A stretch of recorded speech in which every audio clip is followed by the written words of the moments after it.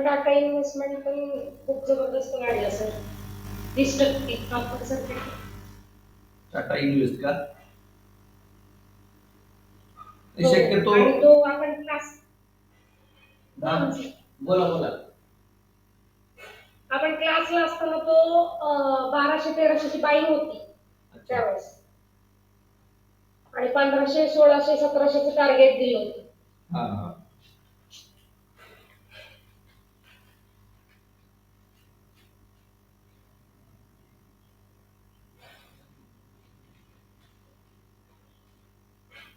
या एरियामध्ये परत एकदा बघा, तिथं जो सपोर्ट होता तिथं सपोर्ट घेऊन पुन्हा निघले, एक प्राइस एक्शन देऊन वरती जाणार आहे. आणि हा एरिया इथं सपोर्ट आहे, इथून हा या एरियामध्ये जर सेलिंग आली, इथून आपण पुन्हा खाली येणार आहे. कारण उद्यासाठी त्यांना जास्त इम्पॉर्टंट राहील ते, शक्यतो. आणि आपला जो नियम आहे की एक्सपायरीच्या आदल्या दिवशी काय करतं इंडेक्स, त्याच्या विरुद्ध आपण काय करणार असतो, एक्सपायरीच्या दिवशी काम करणार असतो. काल बऱ्यापैकी त्यांनी निफ्टी बँक मध्ये प्रीमियम डिके केलाय.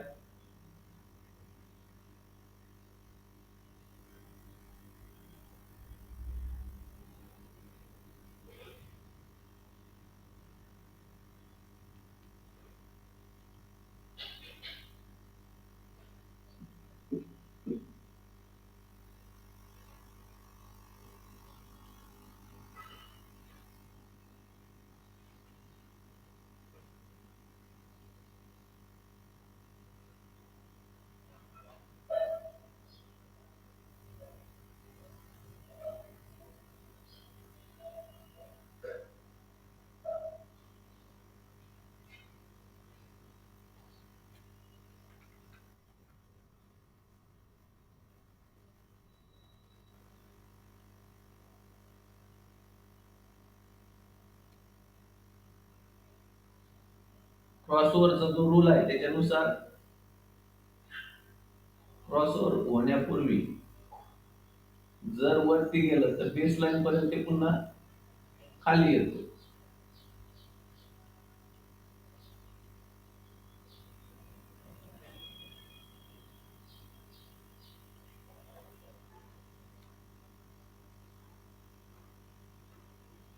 एक्सपायरीचा रूल एकदा लक्षात आला ना, आणि थोडं सपोर्ट रेजिस्टन्स कळलं की ते ट्रेडिंग पण सोपं जातं मग.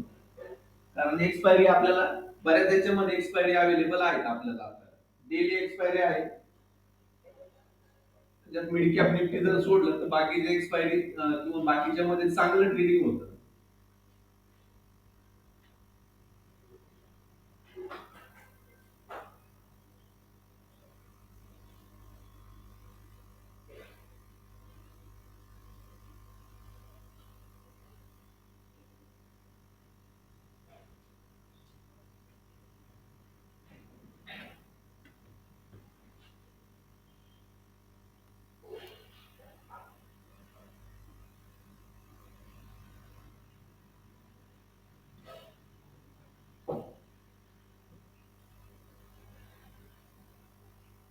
या ज्या ब्लॅक लाईन टाकल्या आपण, या ब्लॅक लाईन आपल्यासाठी रेजिस्टन्स असणार आहे.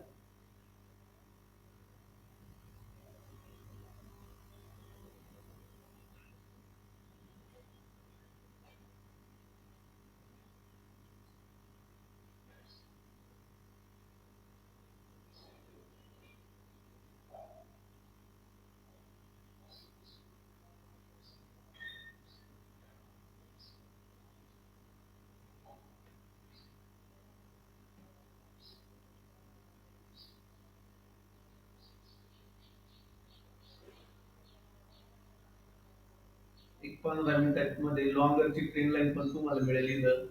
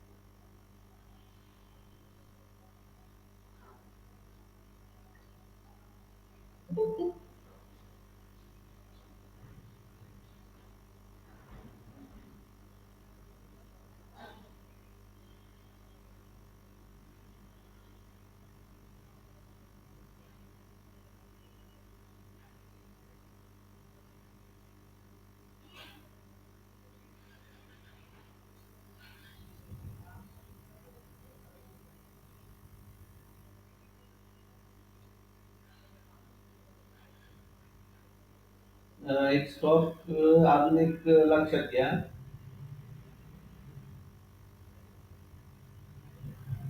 ग्रॅफाइट.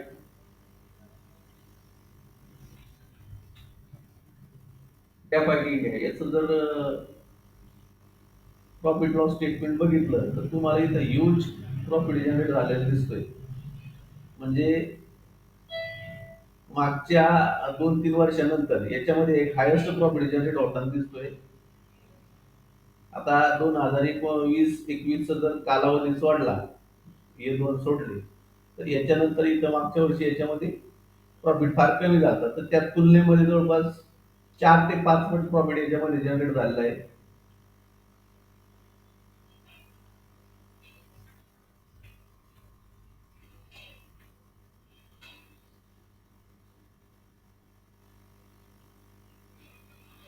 डेलीची लाईन मी टाकून ठेवली आहे. डेलीमध्ये एक ब्रेकआउट इथं मिळाला होता, एक ब्रेकआउट इथं पण मिळू शकतो.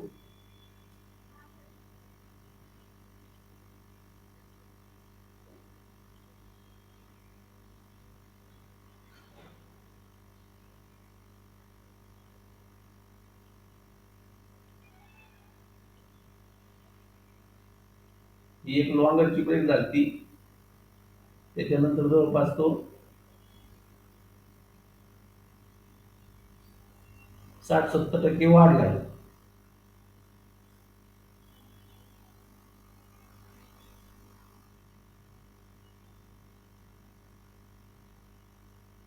टार्गेट एक्सटेंड करू शकतो आपण त्याला.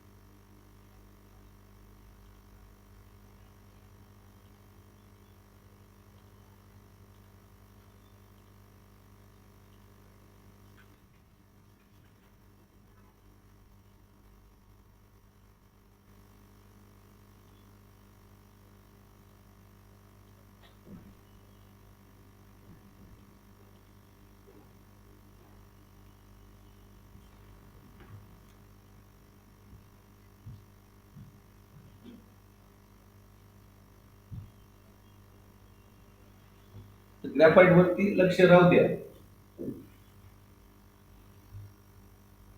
काल तुमचं हे पण लक्षात आलं असेल की ऑप्शन मध्ये पण आपल्याला काय करायचं असतं, सपोर्ट रेजिस्टन्स बघायचा असतो.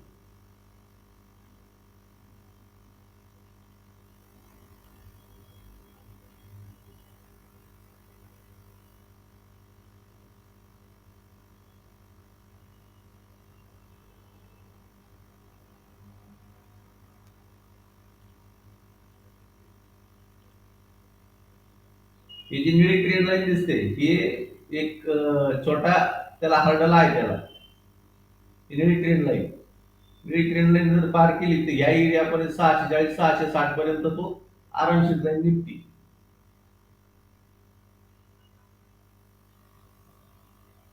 ज्या लोकांना ते लॉजिक लक्षात आलंय एक्सपायरीचं, तर त्या लोकांना अडचण नाहीये. आणि एंट्रीसाठी आपण 3 हायर लो हा क्रायटेरिया ठेवत असतो.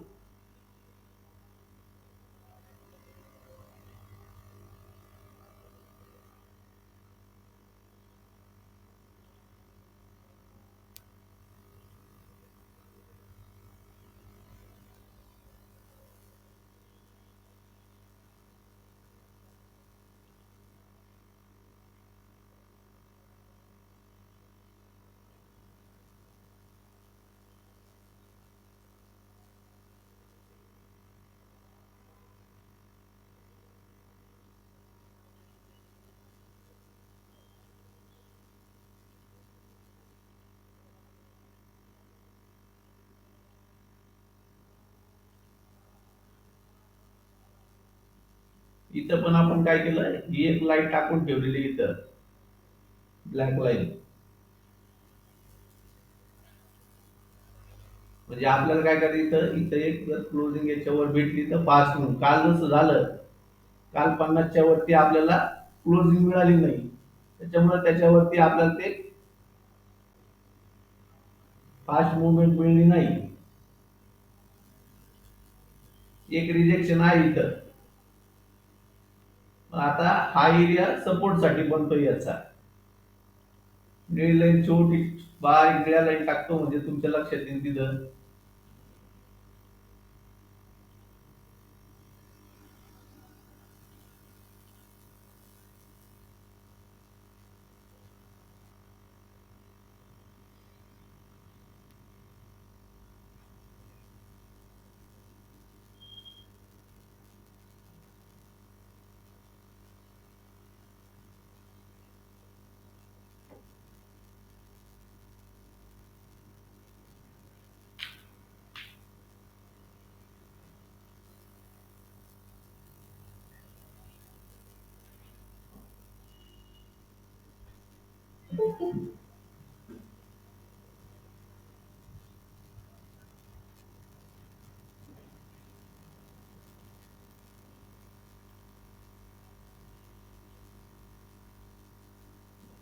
त्यावरती निघण्याचा प्रयत्न झालाय त्याचा. आता ट्रेंड लाईन हा मल्टिपल रिजेक्शन घेतलंय म्हणून आपण त्याला इम्पॉर्टन्स दिलंय. पण आज एक्सपायरी आहे आणि कालचं जे काही आपलं लॉजिक आहे त्यानुसार त्याने वरती जायला पाहिजे, तर ते जवळपास 440 हे आपलं सपोर्ट होतं. 440 पासून आता 620 पर्यंत, म्हणजे भरपूर त्याने वरती अपट्रेंड दिला त्याच्यामध्ये.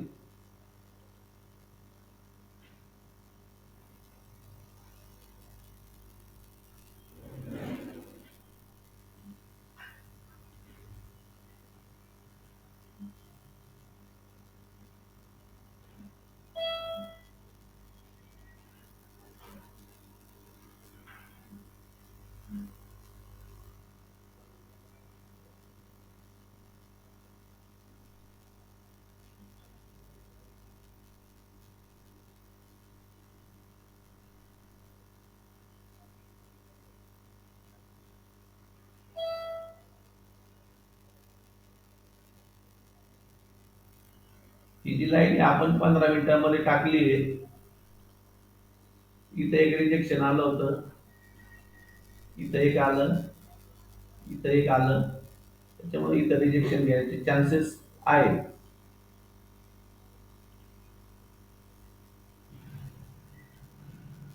त्या रिजेक्शनला इथं हा सपोर्ट आहे. आता याच्या छोट्या लाईन टाकल्या निळ्या हॉरिझॉन्टल लाईन, इथं सपोर्ट आहे. हा पूर्ण सपोर्ट एरिया. थोडस जरी करेक्शन दिलं त्यांनी तर हा मात्र मेजर रिजेक्शन एरिया आहे त्याला. ज्या ब्लॅक लाईन टाकल्यात आपण,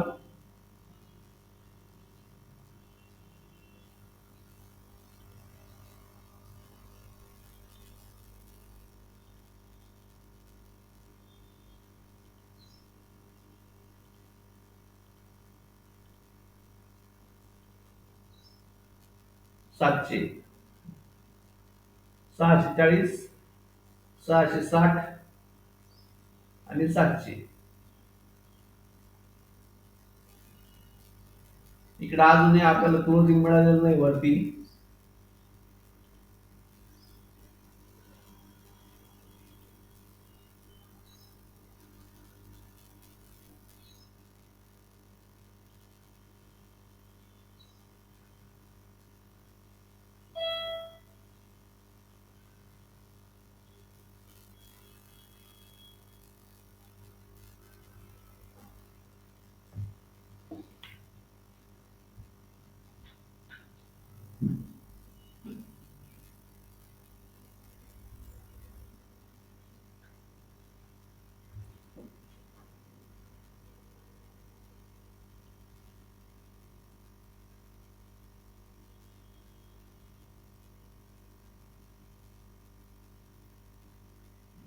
या 3 कॅन्डल जर बघितल्या,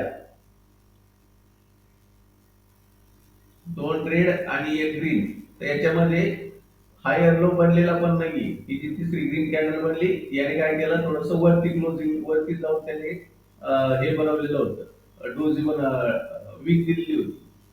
आणि प्राइस ऍक्शनचा जो काही रूल आहे आपला, की एक हे दिल्यानंतर एक आपमूव दिल्यानंतर थोडंसं करेक्शन येतं आणि त्याच्यानंतर आपण काय करतो, परत त्याच्यामध्ये एंट्री पॉईंट शोधत असतो.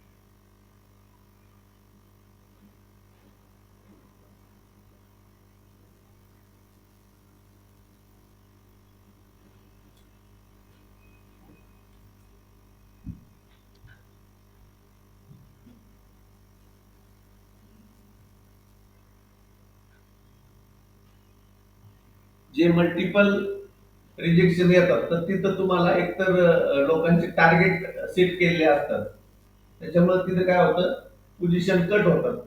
आणि काही जण जे सेलर असतात, तर ते सेलर लोकांनी काय केलं असतं, त्या ठिकाणी सेलिंग साठी ऑर्डर टाकले असतात. तर त्या अनुषंगाने काय होतं, जिथं जिथं रिजेक्शन किंवा रेजिस्टन्स असतो, तर तिथं तुम्हाला याप्रमाणे रिजेक्शन पाहायला मिळतं.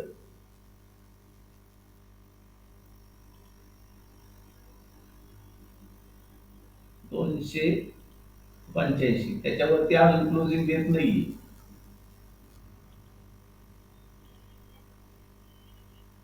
ही लाईन टाकलेली आहे आपण इथं 285 ला, याच्यावरती क्लोजिंग दिलं तर आपल्याला वरच्या बाजून तो अजून मुवमेंट देईल. इथं एक त्याला रेजिस्टन्स आहे.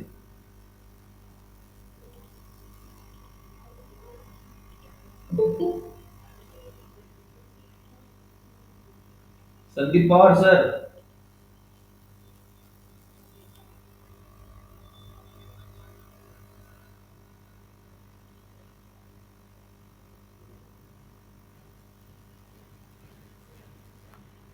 हॅलो, काय आवाजच येत नाही तुमचा.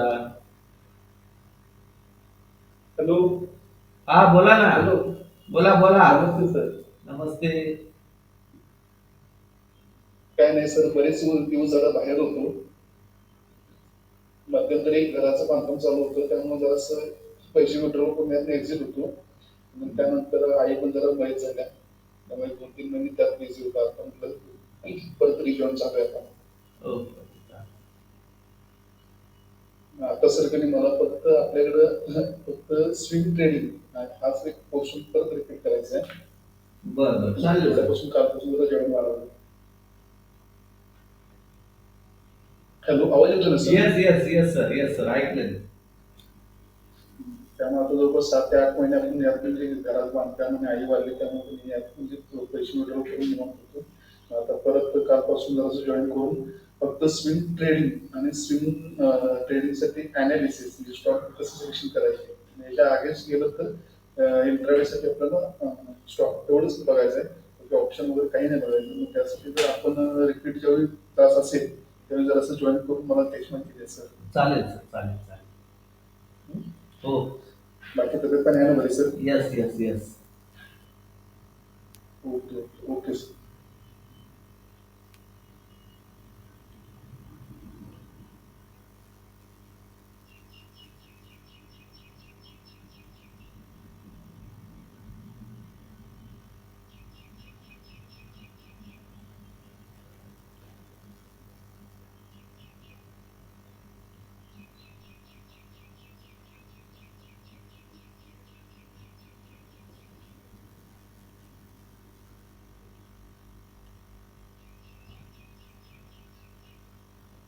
तर काल एक स्टॉक सांगितलं होतं HPAL, तुमचा रिव्ह्यू पाहिजे होता.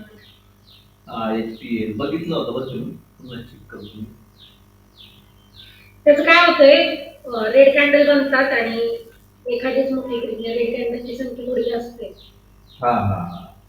मग असे स्टॉक शक्यतो काय करा, विकली मध्ये त्याला हे करा, फॉलो करा. पण तसं बाकी सगळं चांगलं दिसतंय. विचारा.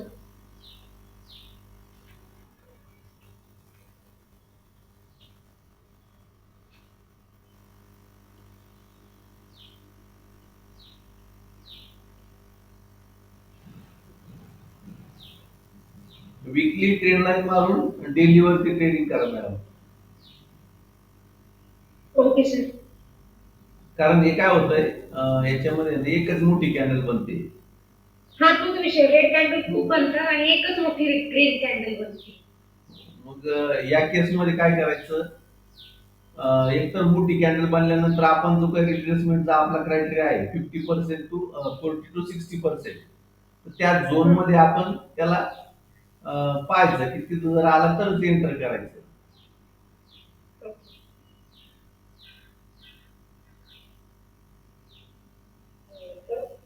हा सर.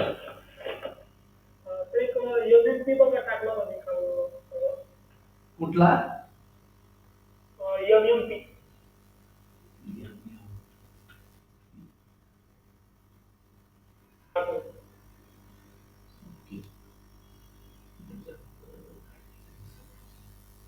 याचं फंडामेंटल बघितलं का सर? हो सर.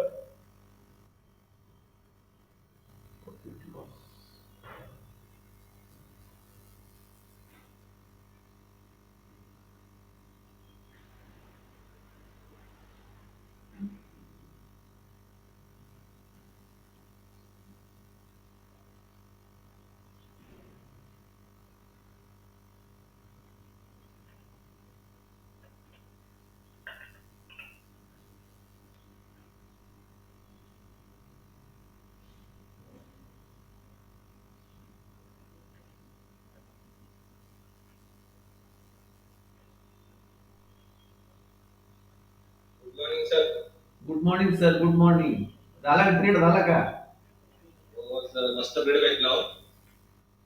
एक्सेप्टेड होती बँक निफ्टीमध्ये. बँक निफ्टीत केला का? हा, तो बँक निफ्टीमध्ये स्टॉप लॉस नुसार तुम्ही सकाळीच एक घेतलेला, तो पटकन बुक केला आणि परत एक टाकला कॉल साईड. मग आता एक 700 लेवल ब्रेक करायला जायचं, 700 टच करायला आणि टाकायला भेटलं 240 पॉईंट भेटले. अरे बापरे, बारीक काम झालं.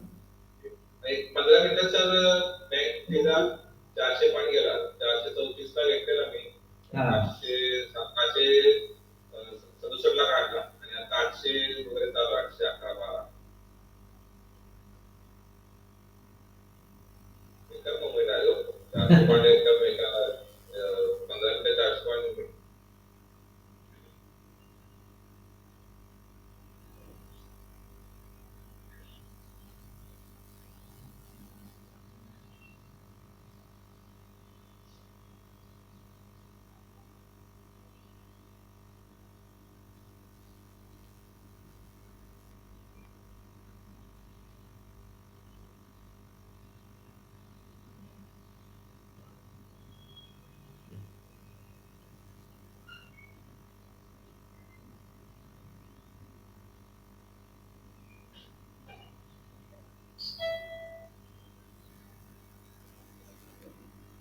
228 ला होता तेव्हा मी वॉच केला होता, वॉच लिस्ट मध्ये ऍड केला होता.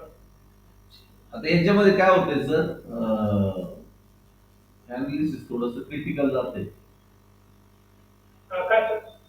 अनालिसिस करणं क्रिटिकल आहे. याच्यामध्ये मल्टिपल रेड मी कॅन्डल विक्री म्हणतात. ट्रेंड लाईन टाकली त्यामध्ये. विकली मध्ये ठीक आहे. हो.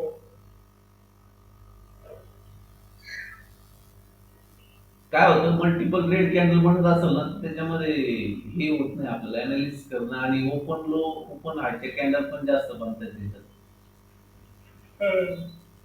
रोलर कोस्टर आहे. नाही, आता जे आपण पीडीएफ टाकली होती ना प्राइस ऍक्शनची, त्याच्यामध्ये आपण 2 पॉईंट टाकले होते. एक तर जास्त रेड कॅन्डल बनत असतील किंवा ओपन हाय ओपन लोच्या जर कॅन्डल जास्त बनत असतील तर तिथं थोडंसं अनालिसिस क्रिटिकल जातं, किंवा प्राइस ऍक्शन तो प्रॉपर करत नाही.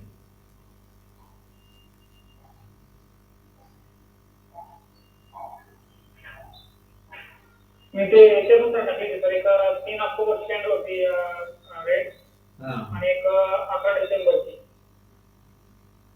आणि एक 18 डिसेंबरच्या 15 जानेवारीच्या कॅन्डल नुसार टाकलं होतं.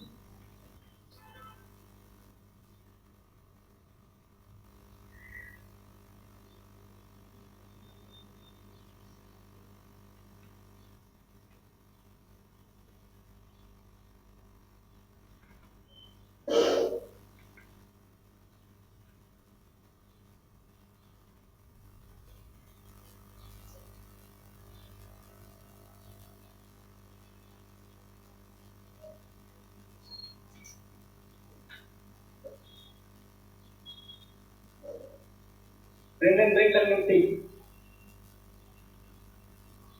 येस येस येस, पाच जातो सर.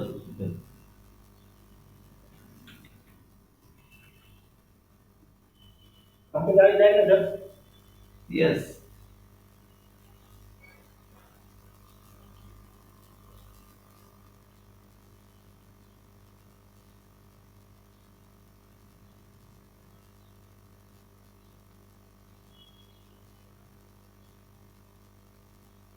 कुठला तुमचा ऑप्शन कुठला आहे सर? ऑप्शन घेतलेला आहे का तुम्ही? 21,550 आहे. 21,550. 180 आहे. ओके. बाय करू? कितीचं बाय कितीची आहे तुमची? बाय 180 ची की बाय आहे का? हा 180 बाय. Okay okay. तर हा तुम्हाला साधारण 200, इथे टार्गेट आहे 200 205चं, त्याच्यानंतर 215चं टार्गेट त्याला. 200 येस येस, 200 आणि 220 पर्यंत. ते 200 क्रॉस केला होता. 640 पर्यंत आहे. 640 ला एकदा तुम्ही प्रॉफिट बुक करून टाकू शकता तिथं. Okay sir, thank you sir. 15,600. हो हो. वरचे पण टार्गेट आहे त्याच्यामध्ये, असं नाहीये. पण समजा तुम्ही स्कॅल्पिंग करत असाल तर स्कॅल्पिंग मधले टार्गेट डोक्यात ठेवायचे. स्कॅल्पिंग मध्ये फार होल्डिंग नाही करायची मग. स्कॅल्पिंग मध्ये पटकन बाहेर पडायचं. आणि शक्यतो ट्रेंड लाईन ब्रेकआउट, ज्यावेळेस प्राइस ऍक्शन, हा